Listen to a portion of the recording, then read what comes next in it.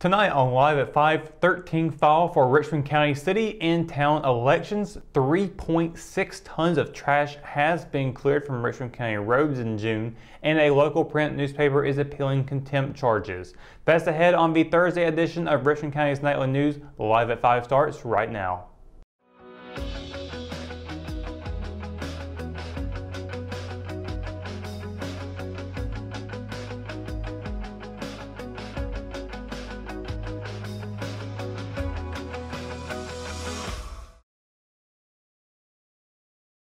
It was pretty quiet at the Richmond County Board of Elections office on Wednesday, with only 2 candidates throwing their proverbial hats in the ring for the upcoming municipal elections.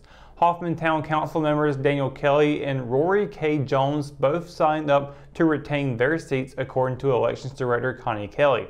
The only other elected official from the northern Richmond County town to file so far has been Mayor Tommy Hart, who filed on Tuesday. All seats in Hoffman are up for re-election, as that town has 2-year non-staggered terms. So far, 13 candidates, including 2 newcomers, will be on the cities and towns' respective ballots. Filing opened on Friday at noon, July 2nd, with Hamlet Councilman Eddie Martin arriving early to sign up. He was followed by fellow Councilman Jesse McQueen, who was also early, according to election staff.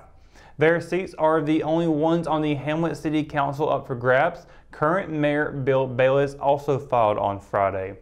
All 4 candidates for Rockingham, Mayor Steve Morris, and Council members Ann Edwards, Denise Sullivan, and Jean Willard have filed, with no competition thus far.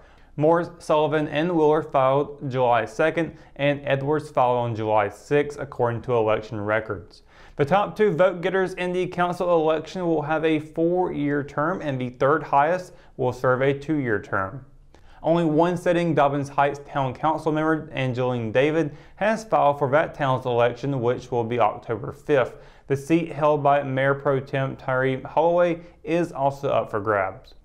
While none of the current town commissioners for Ellery have yet filed, Thomas Grooms and Bennett Hawks entered the race on Tuesday.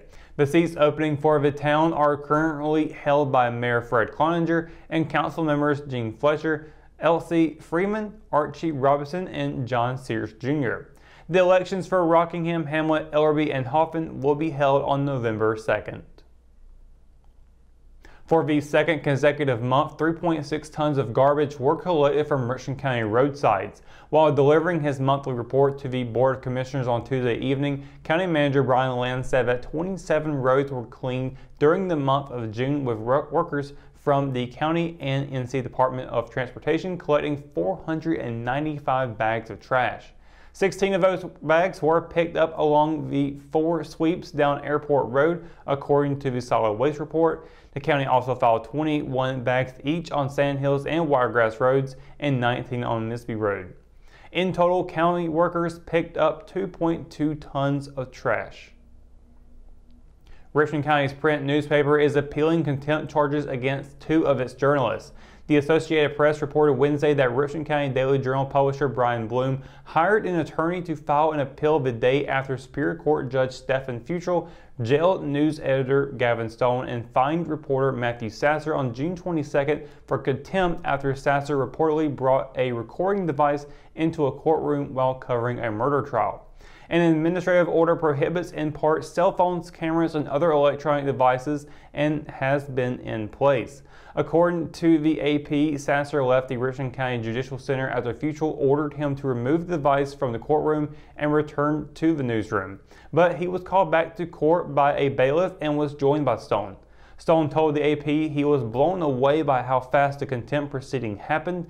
Both Stone and Sasser have declined to comment on the situation. While Bloom said Sasser shouldn't have had the recorder, he disagrees with Stone being jailed for something someone else did, the AP reports. Fancy footwork has always been a big part of Mac West's life, whether it's been kicking on the football field or shagging his way across the dance floor. The recent Richmond senior graduate will now have the opportunity to continue his football and world championship winning shagging careers in Conway, South Carolina. West announced earlier this week that he verbally committed to Coastal Carolina as a punter and kicker. He'll join the Chanticleers as a preferred walk-on. No stranger to Coastal Carolina's football program, West has attended the university's summer kicking camp each year during his high school career, except during the pandemic. A special invite to this year's camp on June 11th helped land him a spot on the team. West attended the camp on the final day of beach grad, and his younger brother and rising freshman Billy West was also a participant at camp. As a senior, West served as Richmond's punter and booted the ball 12 times with an average distance of 43.1 yards per kick. He pinned opposing offenses inside the 20-yard line 7 times and also recorded 2 touchbacks on his 8 kickoff attempts. Another slow night at the plate cost the JV Richmond Renegade baseball team its second game in as many days. Hosting Pinecrest to close the 2-game series on Wednesday, the JV Renegades failed to score a run and lost 8-0 in 6 innings. Head coach Corey Wallace explained that many of the issues that caused Richmond to lose on Tuesday were factors again on Wednesday, mainly not taking good swings, looking for walks, and not reading game situations correctly. A bright spot for the JV Renegades was rising freshman Garrett Mabe, who registered Richmond's lone hit in the game. He sent a pop fly single over the first baseman's head in the bottom of the 3rd. Now 5-3 on the season in Central Carolina Scholastic Summer League play, the JV Renegades will return to action next week for a 3-game series against Southern Lee. Tuesday's game at Southern Lee will start at 5 p.m. followed by home games on Wednesday and Thursday. Both of those contests will begin at 4:30 p.m. When we return, we've got your Live at 5 weather report. It's coming up after the break, so stay tuned. McNair Auto Sales is the place to buy your pre-owned car, truck, or van. To be the best, it takes big selection, friendly staff, and great pricing. We guarantee a no-hassle buying experience, and financing is available right on site. So come see us today. We're located at 1026 East Broad Avenue in Rockingham. And remember, with over 40 years of experience, you know McNair is the name you can trust. JC's in Rockingham has you covered for used appliances, parts, trailers, and storage. We have one of the largest selections of reconditioned washers, dryers, and refrigerators in the Sand Hills, and we offer free delivery to residents inside Richmond County.